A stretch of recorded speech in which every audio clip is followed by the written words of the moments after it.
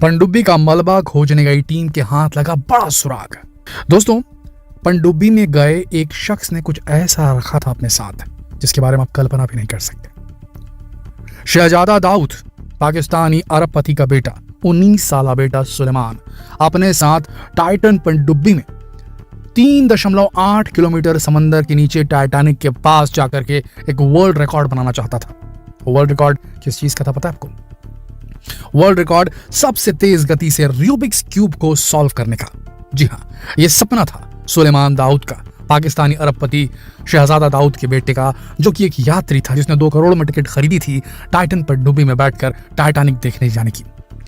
Rubik's cube क्या होता है आपको मालूम होगा। ये देखिए, तस्वीर कुछ इस प्रकार का दिखता है। इस प्रकार के पजल को सॉल्व करने में महारत हासिल थी 19 साल के सुलेमान को, और वो चाहता था कि वो टाइटैनिक के पास जाकर, समंदर की गहराई में जाकर, 3.8 किलोमीटर नीचे जाकर के रूबिक्स क्यूब को सॉल्व करने वाला पहला लड़का बन जाए। लेकिन अब इस हादसे के बाद इन सब की मृत्यु जो है, टाइटन पनडुब्बी का इम्प्लोड होना, इन 5 अरबपतियों की मौत होना, ये एक अपने आप में एक पहेली बन चुका है, बिल्कुल उसी रूबिक क्यूब पजल की तरह।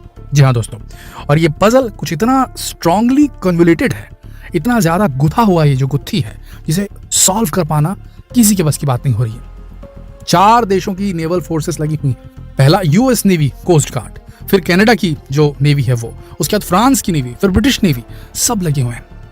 उसके बाद भी असल मलबे का कोई अता पता नहीं मिल पा रहा है। मिले जो हैं वो सिर्फ कुछ टुकड़े हैं, पूरा मलबा अभी तक नहीं मिला। अब इस बात को जरा गौर से सुनिए और समझिए कि किस प्रकार की क्रोनोलॉजी है। देखिए, सबसे पहली बात, ये जो पनडुब्बी थी, जब इसे उतारा गया था टाइटैनिक के पास 8 घंटे की डाइव के लिए, जिसमें 2 घंटे जाने में लगते, 2 घंटे आने में लगते और 4 घंटे मलबा देखने का जो प्रोसीजर था ओशन गेट कंपनी का, वो चलता वहां पर टाइटैनिक का। 1.5 घंटे से 2 घंटे के बीच, कोई बोलता है 1 घंटे 45 मिनट, कोई बोलता है 1.5 घंटे, कोई बोलता है 2 घंटे, पानी में डूबने के 1.5 घंटे से 2 घंटे के बीच में टाइटन पनडुब्बी का संपर्क टूट जाता है। ये बात क्लियर है, सभी ये मान रहे हैं, ठीक है। अब संपर्क तो टूट गया, लेकिन हम ये भी जानते हैं कि पानी का करंट किस प्रकार का रहता है, लहरें कितनी तेज चलती हैं समंदर के ऊपर। समंदर कभी शांत नहीं रहता दोस्तों, ऊपर से शांत दिखे भी तो उसके नीचे काफी ज्यादा मूवमेंट होता रहता है।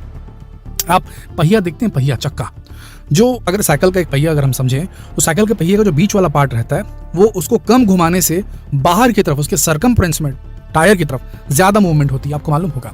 ठीक उसी तरीके से समंदर के अंदर जो सतहों पर मूवमेंट होती है उससे कहीं ज्यादा बल वाली मूवमेंट नीचे सतह पर होती है, तलहटी में होती है समंदर के। ऐसी स्थिति में अगर कोई भी चीज गिरे तो उसका ऊपर से, अगर कोई चीज गिरे तो उसका सीधी वर्टिकली नीचे जाना बहुत मुश्किल है, अनटिल अनलेस वो बहुत ज्यादा भारी हो। जबकि टाइटन पनडुब्बी इतनी भारी नहीं थी, और खासकर जब वो इम्प्लोड हो जाए, फूट जाए, चिपक जाए, पिचक जाए, तो अब तो उतनी भारी बिल्कुल ही नहीं रहेगी। तो ऐसी स्थिति में जरा सोच कर देखिए, 1.5 घंटे से 2 घंटे के बीच संपर्क टूट जाता है।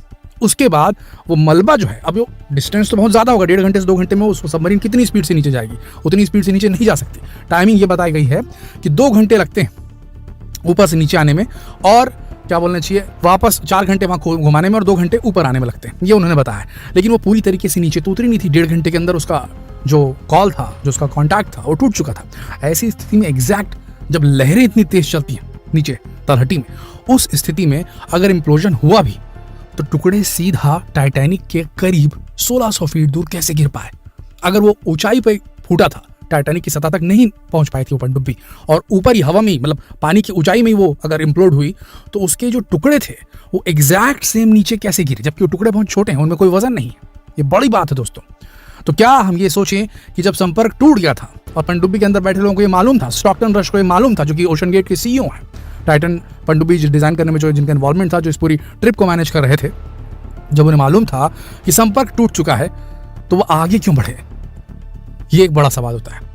लेकिन वो, अगर उनका जो शिप जो था पनडुब्बी, अगर वो फूटी और वो ऊंचाई पे फूटी, तो उसके बाद वो डायरेक्टली टाइटैनिक के पास तक कैसे गिर सकता है मलबा? आप जरा सोच के देखिए इस बात को, कैसे पॉसिबल है ये?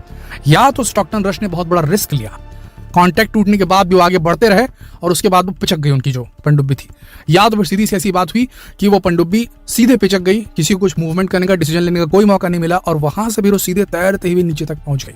बड़ी बात है दोस्तों, ये बड़ी बात है।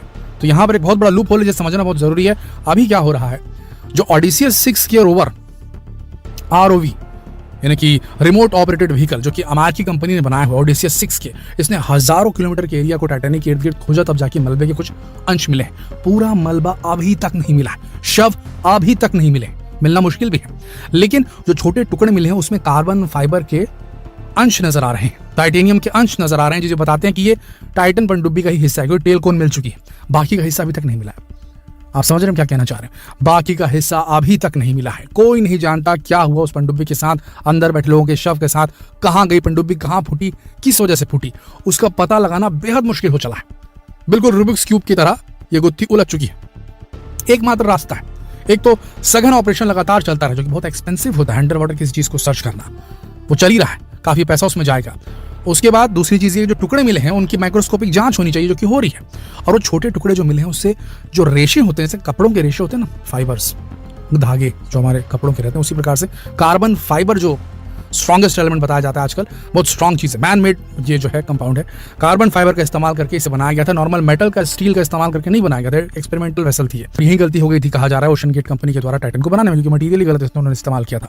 तो कार्बन फाइबर और वो टाइटेनियम से बना वो जो मेश है, छोटा टुकड़ा, वो मिल चुका है। अब उसके फाइबर्स के डायरेक्शन को देखकर ये पता लगाया जा सकता है कि क्या कार्बन फाइबर के डायरेक्शन में कोई डिफेक्ट है। अगर डिफेक्ट होता तभी वो उसमें डायरेक्शन में आपको फर्क महसूस होगा, जो टुकड़ों में चेक किया जाएगा तब, और उससे पता चल जाएगा यहाँ से फटा था, यानी कि जो पनडुब्बी थी वो यहाँ से पिच की थी, और उससे फिर डिड्यूस किया जा सकता है यहाँ गलती किसकी थी।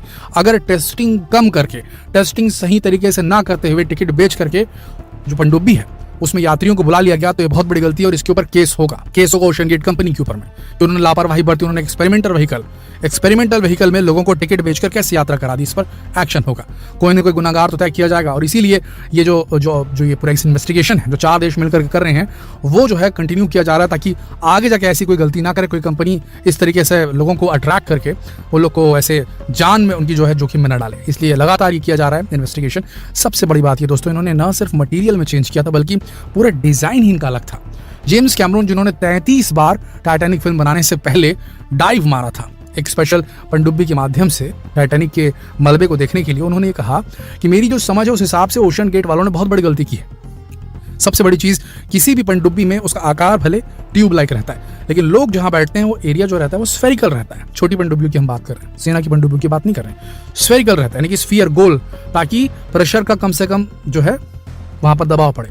तो जो लोग बैठते हैं वो स्फेरिकल रहता है, और ट्यूब जो रहता है वो लंबा रहता है, जो सबमरीन में रहता है। लेकिन इन्होंने क्या किया, टाइटन पनडुब्बी वालों ने जो शेप था पनडुब्बी का, तो पनडुब्बी के शेप में रखा, साथ में अंदर का जो ट्यूब जहां बैठते हैं वो भी ट्यूब शेप में रखा, उसे उन्होंने स्फेरिकल नहीं रखा। अब इसके पीछे ये बोला जा रहा है कि स्फेरिकल रखते तो कम लोगों के बैठने की जगह होती, कम टिकट बेचने पड़ते, कम लोग बैठते तो कम पैसा देते, है ना। 2-2 करोड़ रुपए एक से लिए, तो अगर 3 लोगों की जगह बनाते तो सिर्फ 6 करोड़ मिलता। अभी उन्होंने 5 को बैठाया, तो उस हिसाब से कंपनी का आदमी हो गया, तो 4 आदमी बैठे तो 8 करोड़ हो गए, समझ रहे हैं। तो इन्होंने एक और गलती की है कि अंदर जो बैठने की जगह उसे इलेंगेट कर दिया, स्फेरिकल नहीं रखा।